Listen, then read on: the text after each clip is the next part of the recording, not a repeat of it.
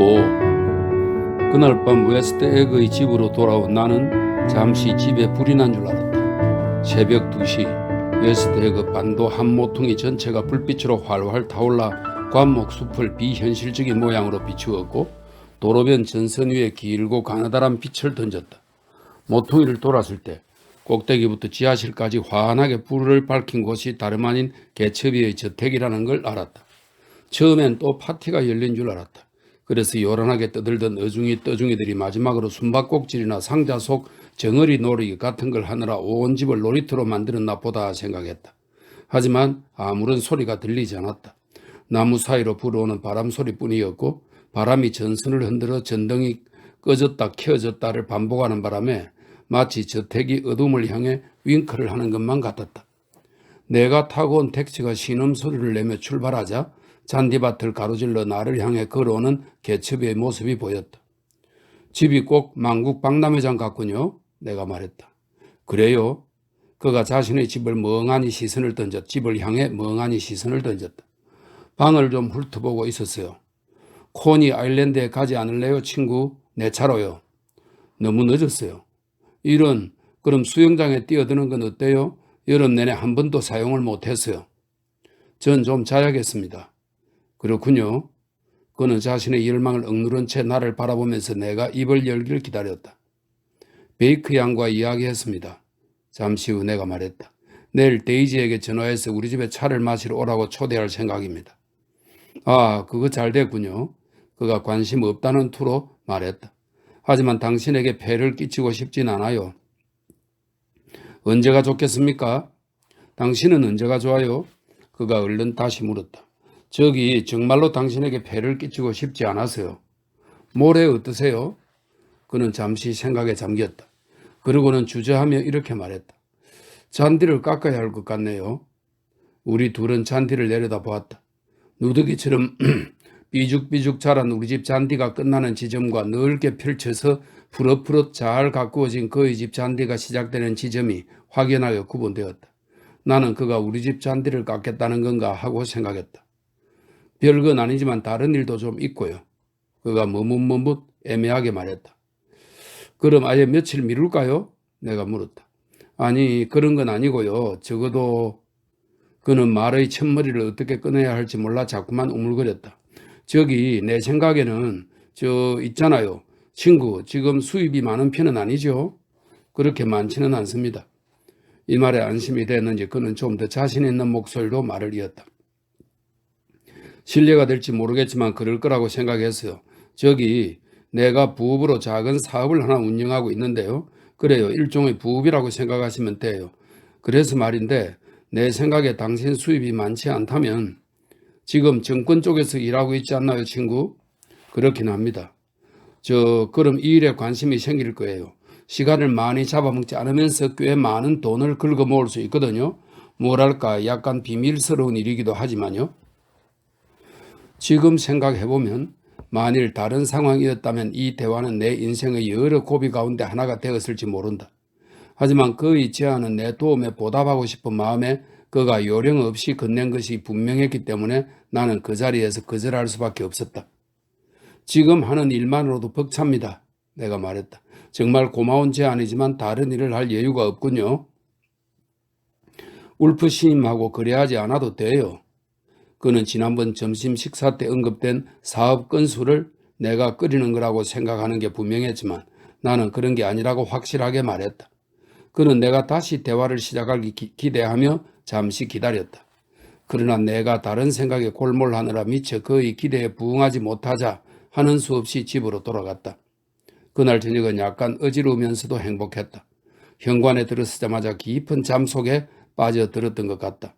그래서 개츠비가 코니 아일랜드에 갔는지 그가 자신의 저택에 요란하게 불을 밝혀놓고 몇 시간이나 방을 좀 훑어보았는지 알지 못한다. 다음날 나는 사무실에서 데이지에게 전화를 걸어 차를 마시러 오라고 초대했다.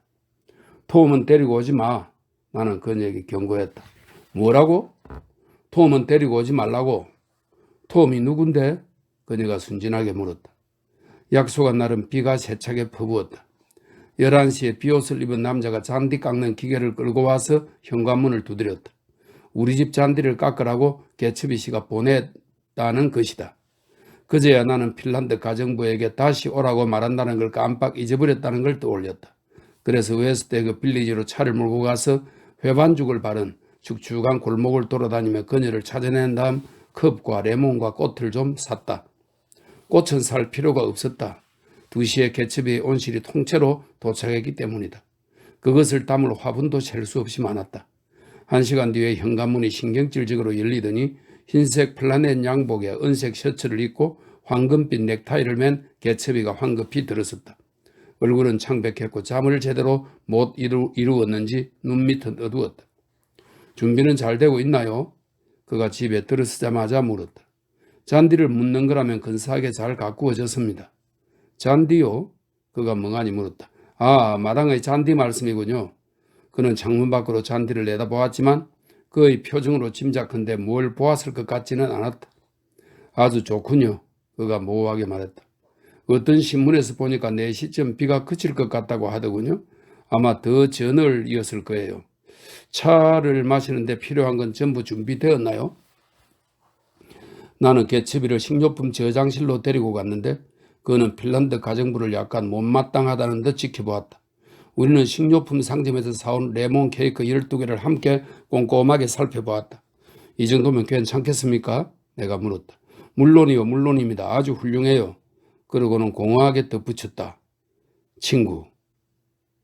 3시 30분쯤 되자 비가 잦아들어 주위는 온통 습기를 가득 머금은 안개로 둘러싸였고 이따금 가나다란 빗방울이 이슬처럼 똑똑 떨어졌다. 개츠비는 클레이의 경제학을 멍한 눈으로 훑어보았고 주방 바닥을 울리는 핀란드 가정부의 발소리에 깜짝깜짝 놀랐으며 보이지는 않지만 밖에서 무언가 두려운 일들이 일어나고 있다는 듯 이따금 어슴푸레한 창문 쪽을 가만히 응시했다. 그러더니 마침내 자리에서 일어나 머뭇거리는 목소리로 자기는 집에 가겠다고 말했다. 왜 그러십니까? 아무도 차를 마시러 오지 않잖아요. 시간이 너무 늦었어요. 그는 다른 곳에 급히 가야 할 일이라도 있는 사람처럼 자신의 손목시계를 들여다보았다. 하루 종일 기다릴 수는 없어요.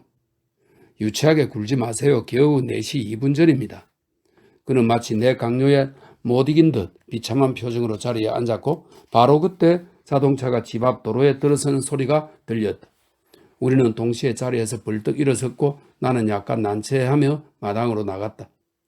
맨살을 드러낸 채 빗물을 뚝뚝 떨어뜨리는 라일락 나무들 아래로 커다란 오픈카 한 대가 진입로로 들어서고 있었다.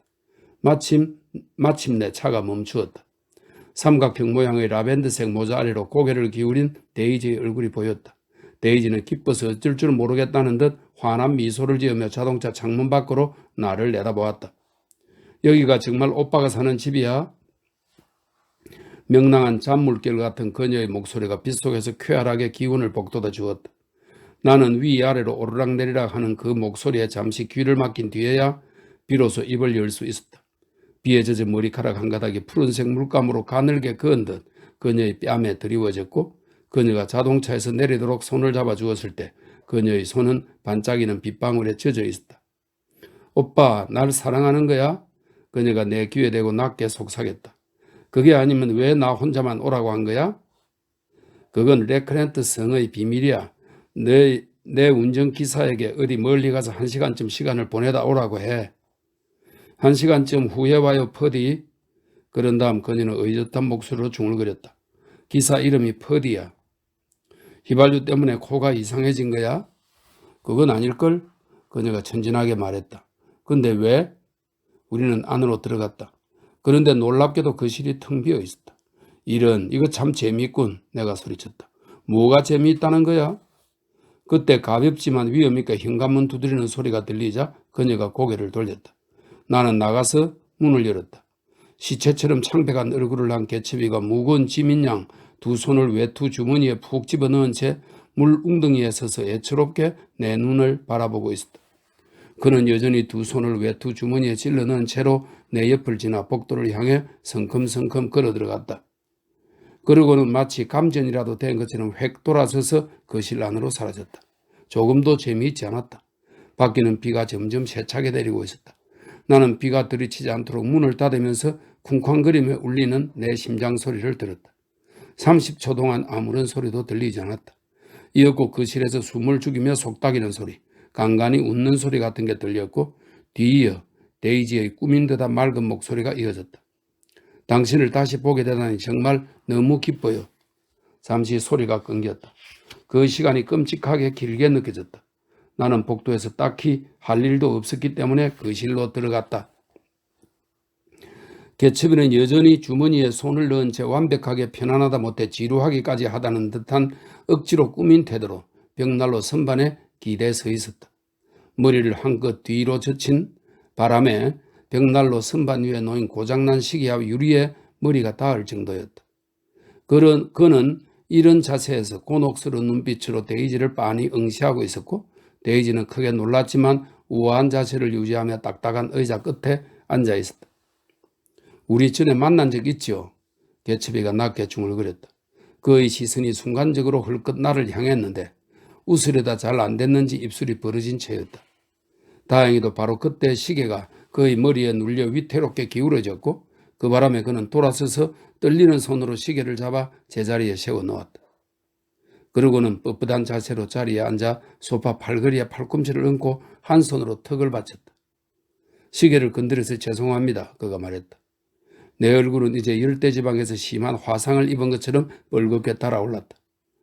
머릿속에 갇힌 수만 가지 말들 가운데 평범한 한마디가 도무지 떠오르지 않았다. 낡은 시계인걸요. 나는 아주 멍청하게 말했다. 잠시 동안 우리는 모두 마치 시계가 바닥에 부딪혀 박살이 났다고 믿는 것 같았다. 몇 년 만에 뵙는군요. 데이지가 최대한 사무적인 목소리로 말했다. 11월이면 5년 만입니다. 반사적으로 튀어나온 개첩의 대답에 우리 모두 최소한 1분 뒤로 돌아간 것 같았다. 나는 필사적으로 생각을 짜내 주방에서 차 만드는 걸 도와달라는 제안을 하며 두 사람을 자리에서 일으켰는데 하필 그때 마귀 같은 핀란드 가정부가 쟁반에 차를 담아서 들어왔다. 다행히도 테이블에 컵과 케이크를 놓느라 어수선한 사이에 자연스럽게 예의 같은 것이 갖추어졌다. 개첩이는 그늘로 자리를 옮겨 데이지와 내가 이야기를 나누는 동안 긴장되고 불만스러운 눈빛으로 우리들을 번갈아 찬찬히 바라보았다. 그러나 결국 편하게 얼굴이나 보자고 모인 것이 아니었기 때문에 나는 적절한 기회를 봐서 양해를 구하고 자리에서 일어섰다. 어디 가시나요? 개첩이가 놀라서 즉시 물었다. 금방 올 겁니다. 가기 전에 해야 할 말이 있어요. 그는 무작정 나를 따라서 주방으로 들어와 문을 닫았다. 그러고는 절망적인 목소리로 낮게 속삭였다. 오, 맙소사. 왜 그러십니까? 이건 끔찍한 실수예요.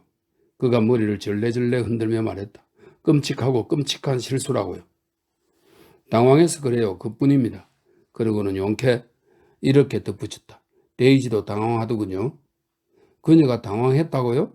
그가 믿기지 않는다는 듯 되풀이하며 말했다. 당신 마음큼이나요. 그렇게 크게 말하면 어떻게 해요? 꼭 어린애처럼 구는군요. 나는 참지 못하고 버럭 화를 냈다. 게다가 예의도 없으시고요. 지금 그 실에 데이지 혼자 앉아 있잖아요.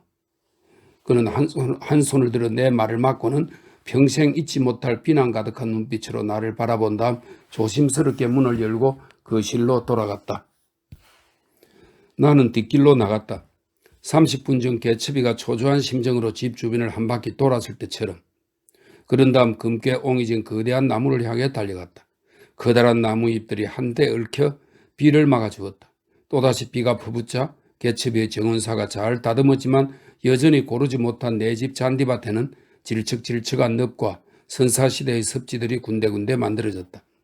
나무 아래에서는 개츠비의 거대한 저택 외에는 아무것도 보이지 않아 나는 교회 첨탑을 바라보던 칸트처럼 30분 동안 그것을 응시했다. 10년 전 이런 식의 저택이 대유행이던 시기 초반에 한 양조업자가 이 집을 지었는데 전해지는 이야기에 따르면 이 양조업자는 이웃의 오두막집 주인들에게 지프로 지붕을 이으면 5년 동안 세금을 대신 내주겠다고 제안했다고 한다. 그러나 이웃 사람들이 거절하자 이곳에 일가를 이루려던 양조업자의 계획은 열의를 잃은 모양이었다. 이후로 곧장 쇠락의 길에 접어들기 시작했고 자식들은 문에서 검은 화환을 떼기도 전에 이 집을 팔아버렸다. 이처럼 미국인들은 자진해서 농노가 되고 심지어 농노가 되길 간절히 바라기도 하지만 소작농으로 남으려고 늘 고집을 부려왔다. 30분 후에 다시 해가 났고 식료품 상점 자동차가 개첩이 하인들이 먹을 식사 재료를 싣고 저택의 진입로를 돌아 올라왔다. 그 모습을 보자 지금 개첩이는 한 숟가락도 들지 못할 거라는 생각이 들었다. 가정부 하나가 그의 저택 위층 창문들을 열기 시작했다. 그녀는 창문이 하나씩 열릴 때마다 잠시 모습을 드러내더니 중앙의 커다란 네다지 창으로 몸을 숙여 골똘히 생각에 잠긴 얼굴로 정문에다 침을 뱉었다. 이제 내 집으로 돌아갈 시간이었다. 비가 계속해서 내릴 땐 그 소리가 마치 그들이 속삭이는 소리 같았고 이따금 격정적인 감정에 못 이겨 커지고 높아지는 것 같았다. 그러나 비가 그치고 다시 조용해지자 집안에도 침묵이 내려앉았으리라는 생각이 들었다. 나는 하마터면 난로를 쓰러뜨릴 뻔해 주방에서 낼 수 있는 온갖 소리를 내며 안으로 들어갔다. 하지만 그들은 아무런 소리도 듣지 못한 것 같았다. 그들은 각자 소파의 양쪽 끝에 앉아서 마치 무슨 질문을 받았거나 혹은 질문이 허공에 떠서 전달되지 않은 것처럼 서로를 바라보고 있었다. 그런 그들의 모습에서 아까처럼 당황한 기색은 찾아볼 수 없었다. 데이지의 얼굴은 눈물로 얼룩져 있었고 내가 안으로 들어서자 벌떡 일어나 거울 앞에서 손수건으로 눈물을 닦기 시작했다. 그런데 개츠비의 모습이 당혹스러울 만큼 달라졌다. 그의 모습에서 말 그대로 환하게 빛이 나고 있었다. 환희의 말 한마디 몸짓 하나 없었지만 그의 몸에서 새로운 행복이 뿜어져 나와 작은 방을 가득 채웠다. 오, 안녕하세요, 친구. 그는 마치 몇 년 만에 만난 사람에게 인사하듯 나에게 인사했다. 나는 이러다가는 그가 악수도 하려 들겠다고 잠시 생각했다. 비가 그쳤습니다. 그래요? 그는 내가 무슨 말을 하는지 알아차리고 반짝이는 방울처럼 햇살이 방 안을 환히 비추고 있다는 걸 깨달았다. 그러자 마치 일기예보관처럼 다시 찾아와준 햇빛에 열광하는 후원자처럼 환하게 미소를 지으며 데이지에게 이 소식을 알려주었다. 어떻게 생각해요? 비가 그쳤대요. 다행이에요, 제이. 쓰리고 비통한 아름다움이 가득 배인 그녀의 목소리는 오직 뜻밖의 기쁨만을 말하고 있었다. 당신과 데이지를 우리 집에 초대하고 싶어요. 그가 말했다. 데이지에게 집을 구경시켜주고 싶어요. 정말 제가 가도 괜찮겠습니까? 물론이지요, 친구. 데이지가 세수를 하러 위층으로 올라가는 동안 나는 뒤늦게야 내 집의 낡은 타월이 떠올라 창피한 생각이 들었다. 개첩이와 나는 잔디밭에서 그녀를 기다렸다. 우리 집 정말 근사하지 않나요? 그가 물었다. 집 앞 전체가 햇빛을 받아 반짝이는 모습을 보세요. 나는 집이 무척 근사하다고 동의했다. 그래요. 그의 시선이 아치형 문, 사각형 탑들을 하나하나 훑으며 집 전체를 살펴보았다. 이 집 살 돈을 모았는데 꼬박 3년이 걸렸어요. 유산을 받으신 줄 알았는데요. 그랬죠, 친구. 그가 자동적으로 대답했다. 하지만 극심한 공황을 맞아 거의 다 잃었어요. 전쟁이라는 공황 때 말입니다. 그는 자기가 무슨 말을 하고 있는지 거의 알아차리지 못했던 것 같다. 내가 그에게 무슨 사업을 하느냐고 물었을 때 그는 당신이 상관할 일이 아니에요 라고 대답했고 그제야 그 대답이 적절하지 못했다는 걸 깨달은 걸 보면 말이다. 아, 여러 가지 일에 손을 댔어요. 그가 실수를 바로잡으며 말했다. 약국 사업도 했고 그 다음에 석유 사업도 했죠. 지금은 둘 다 손을 뗐지만요. 그는 더욱 유심히 나를 쳐다보았다. 지난번에 내가 제안한 일을 생각해 보신 건가요? 내가 대답하기 전에 데이지가 밖으로 나왔다. 드레스에 두 줄로 나란히 달린 노쇠 단추가 햇빛에 반짝였다. 저기 있는 저 큰 저택이에요? 그녀가 손으로 가리키며 큰 소리로 물었다. 마음에 드세요? 정말 근사해요. 하지만 저 큰 집에서 어떻게 혼자 살 수 있는지 이해가 안 돼요. 밤낮으로 늘 흥미로운 사람들로 북적이죠. 흥미로운 일을 하는 사람들, 유명 인사들 말이에요. 우리는 해협으로 난 지름길을 택하는 대신 도로를 향해 내려가 커다란 후문을 통해 저택으로 들어갔다. 데이지는 황홀해하며 소곤거렸고 하늘을 배경으로 봉건시대 저택을 연상시키는 건물의 실루엣과 정원에 감탄했으며 노란 수선화의 찬란한 향기와 산사나무와 자두꽃의 공허한 향기, 잘 가꾼 인동 등굴꽃의 옅은 황금빛 향이 가득한 정원에 tam복했다.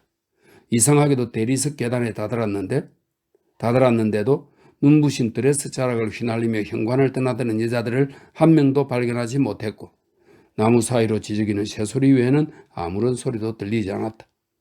우리가 안으로 들어가 마리 앙뚜아네트 풍의 음악실과 왕정 복고 시대 풍의 살롱을 거닐 때 나는 손님들이 소파와 테이블마다 숨어 있다가 그들이 지나갈 때까지 숨을 죽이고 조용히 있으라는 지시를 받고 있을 것만 같았다. 그리고 개츠비가 머튼 대학 도서관의 문을 닫았을 땐 이 말은 이 1937년에 건립되었으며 현존하는 가장 오래된 도서관 중 하나, 머튼 대학은 옥스퍼드 대학교에 속한 단과대학이었다. 이렇게 되어 있네요. 그리고 개츠비가 머튼 대학 도서관의 문을 닫았을 땐 그 올빼미 안경을 쓴 남자가 유령 같은 웃음을 터뜨리는 소리를 들었다고 맹세할 수도 있다. 자기 이제 서재를 이렇게 불렀네요. 우리는 위층으로 올라가 장밋빛과 라벤더빛 실크로 감싸고 가 피어난 꽃들로 장식해 생기가 가득한 고풍스러운 침실들을 지나 드레싱룸과 당구장, 아래로 푹 파인 욕조가 설치된 욕실들을 지났다. 어느 침실로 불쑥 들어갔을 땐 한 남자가 파자마 바람에 머리를 흥그러뜨린 채 바닥에서 열심히 운동을 하고 있었다. 핫숙인 클립 스프링어시였다. 나는 그날 아침에 그가 해변을 정신없이 돌아다니는 모습을 보았다. 마침내 우리는 개츠비의 방에 도착했다. 침실 하나, 욕실 하나, 애듬식 서재로 이루어진 그 방에 앉아서 우리는 개츠비가 벽장에서 꺼내온 사르트레즈를 한 잔씩 마셨다.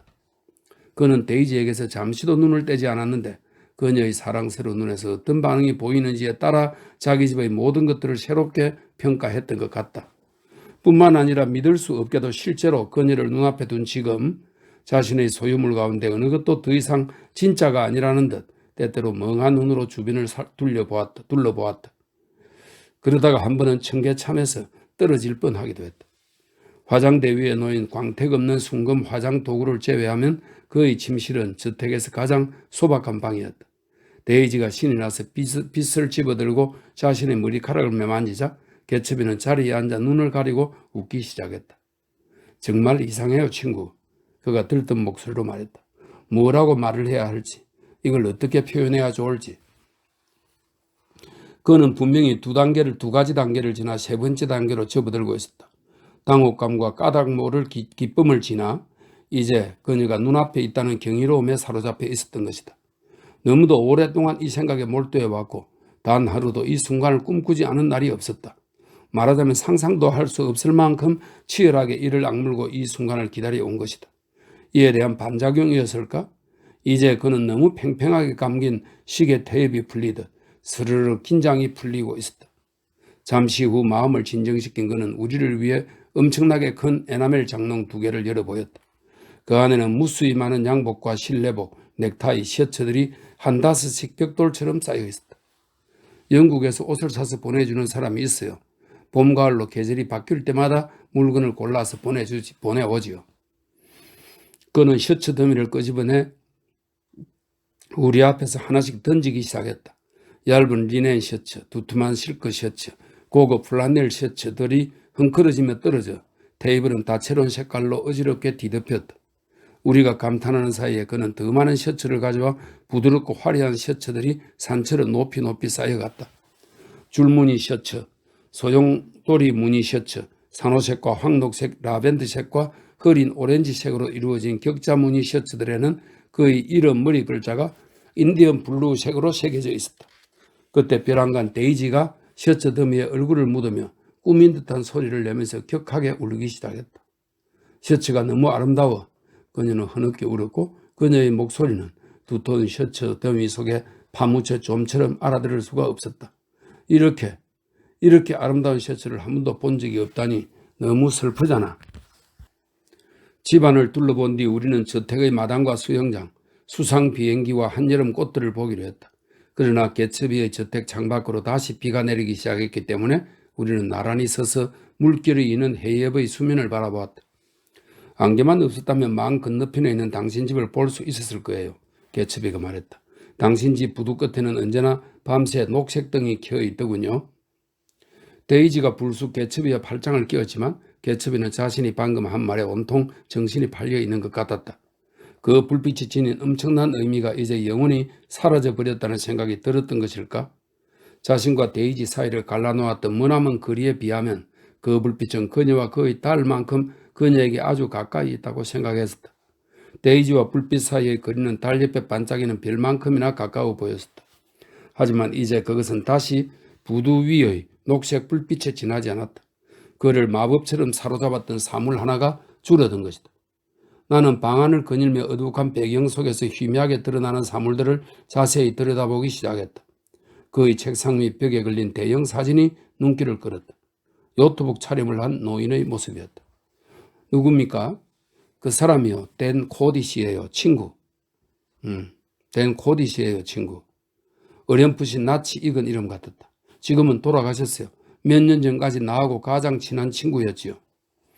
책상 위에는 개츠비의 모습이 담긴 작은 사진이 놓여 있었는데 역시나 노트북 차림에 고개를 도전적으로 뒤로 젖히고 있었다. 대략 18살쯤에 찍은 게 분명했다. 정말 근사해요. 데이지가 외쳤다. 퐁파두르 스타일이네요. 퐁파두르 스타일은 앞머리를 뒤로 둥글게 말아 올리고 양옆머리는 위로 빗어 올려 앞머리와 합치는 머리 모양이네. 퐁파두르 스타일이네. 당신 퐁파두르 스타일 했었단 말 한 적 없잖아요. 요트가 있다는 말도. 이걸 봐요. 개츠비가 재빨리 말했다. 신문에서 스크랩한 기사들을 여기에 잔뜩 모아놓았어요. 당신에 관한 기사들이에요. 그들은 나란히 서서 기사들을 살펴보았다. 내가 루비를 보여달라고 청하려는데 전화벨이 울렸고 개츠비가 수화기를 들었다. 네, 지금은 말할 수 없어요. 지금은 곤란하다니까요, 친구. 작은 도시라고 했잖아요. 작은 도시라고 하면 어딘지 그거 알 거예요. 디트로이트를 작은 도시라고 생각한다면 그런 사람은 우리한테 쓸모없어요. 그가 전화를 끊었다. 빨리 이쪽으로 와봐요. 데이지가 창가에서 외쳤다. 비는 여전히 내리고 있었지만 서쪽에서는 먹구름이 흩어졌고 바다 위로는 분홍색과 황금색이 뒤섞인 구름들이 거품처럼 부풀어 올랐다. 저길 봐요. 그녀가 속삭였고 잠시 후에 이렇게 말했다. 저 분홍색 구름 한 조각 갖고 싶어요. 그 안에 당신을 태워 이리저리 밀고 다닐래요. 나는 이만 집으로 돌아가려 했지만 그들은 나를 보내주려 하지 않았다. 아마도 내가 있어야 자기들이 단둘이 있다는 걸 더욱 흡족하게 느낄 수 있는 모양이었다. 이러면 어떨까요? 개츠비가 말했다. 클립 스프링어에게 피아노 연주를 부탁하는 거예요. 그는 방을 나가면서 유잉 하고 불렀다. 잠시 후 젊은 남자를 데리고 돌아왔다. 숱 없는 금발에 조개 껍데기로 만든 안경을 쓴 그는 약간 지쳐 보였고 이 상황을 난처하게 여기는 듯했다. 스포츠 셔츠의 목 부분 단추를 풀고 흐릿한 색상의 저끝천으로 만든 바지에 스니커즈 차림이라 지금은 제법 단정해 보였다. 운동하시는 걸 우리가 방해했나요? 데이지가 예의 바르게 물었다. 자고 있었어요. 클립 스프링어 씨가 지나치게 당황하며 큰 소리로 말했다. 네, 그러니까 잠을 자고 있었죠. 그러다가 일어나서. 클립 스프링어는 피아노를 잘 쳐요. 개츠비가 그의 말을 잘랐다. 유잉, 안 그래 친구? 잘 치는 건 아니에요. 잘 못 쳐요. 그의 연주를 안 해서 연습을 안 하다 보니. 모두 아래층으로 내려가죠. 개츠비가 그의 말을 가로막았다. 그가 스위치를 켜자 어스름한 창들이 사라지고 온 집안이 빛으로 환해졌다. 음악실에 들어섰을 때 개츠비는 피아노 옆에 있는 하나뿐인 램프에 불을 켰다. 그리고 떨리는 손으로 성냥에 불을 꺼 데이지의 담배에 불을 붙이고 방의 반대편에 놓인 소파에 그녀와 함께 앉았다. 그곳에는 복도의 불빛이 바닥에 어슴푸레 반사될 뿐 아무런 빛도 비치지 않았다. 클럽 스프링어는 사랑의 보금자리를 연주한 뒤 의자에서 몸을 돌려 어둠 속에 앉아있는 개츠비를 난처한 표정으로 살펴보았다. 보다시피 연습을 통 못했어요. 그래서 제가 연주 못한다고 했잖아요. 연습을 전혀 안 해서. 입 좀 닥치지 친구. 개츠비가 명령하다 말했다. 그냥 쳐. 아침에도 저녁에도 우리는 너무나 즐거웠지. 밖에는 바람이 거셌고 해협 주변으로 천둥 소리가 약하게 이어졌다.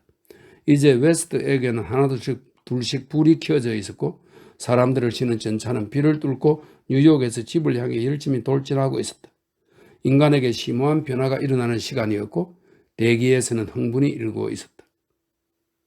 한 가지는 분명해. 더할 나위 없이 말이야. 부자는 더 부자가 되고 가난한 이들은 아이를 낳지. 그러는 사이에 작별 인사를 하기 위해 개츠비에게 다가갔을 때 나는 그의 얼굴에서 다시금 혼란스러운 표정이 드러나는 걸 보았다. 자기 앞에 놓인 행복의 성격에 대해 어렴풋이 의혹이 든 것 같았다. 자그마치 5년이었다. 심지어 그날 오후에도 데이지가 그의 꿈에 턱없이 미치지 못한 순간들이 분명히 있었을 것이다. 그건 데이지의 잘못이 아니라 끈질기게 이어져온 환상의 거대한 생명력 때문이었다. 그의 환상은 그녀를 넘어섰고 모든 것을 넘어섰다. 그는 창조적인 열정으로 그 환상 속에 몸을 던졌고 시시각각 그것을 키워갔으며 자신의 길 앞에 흩날리는 모든 화려한 깃털로 그것을 장식해왔다. 어떠한 열정이나 신선함도 한 남자가 흡개비 같은 마음속에 쌓아 올린 것에는 당할 수 없다. 내가 그를 보자 그는 약간이지만 눈에 띄게 표정을 바로잡았다. 그의 손은 그녀의 손을 잡고 있었고 그녀가 그의 귓가에 낮게 속삭일 땐 격정에 차오르는 듯 그녀를 향해 몸을 돌렸다. 무엇보다 줄곧 오르락 내리락 하는 그녀의 목소리가 그를 흥분으로 달아오르게 만들었던 것 같다. 그 목소리는 더할 나위 없이 황홀한 꿈이었고 영원히 사라지지 않을 노래였기 때문이다. 그들은 나를 아예 잊어버렸다. 데이지가 나를 한번 올려다보며 한 손을 뻗었지만 개츠비는 내 존재를 까맣게 잊었다. 나는 다시 한번 그들을 보았고 그들은 생의 강렬함에 사로잡힌 채 멀리서 나를 돌아보았다. 이었고 나는 그들을 남겨둔 채 방을 나와 대리석 계단을 내려가서 빗속을 걸어갔다.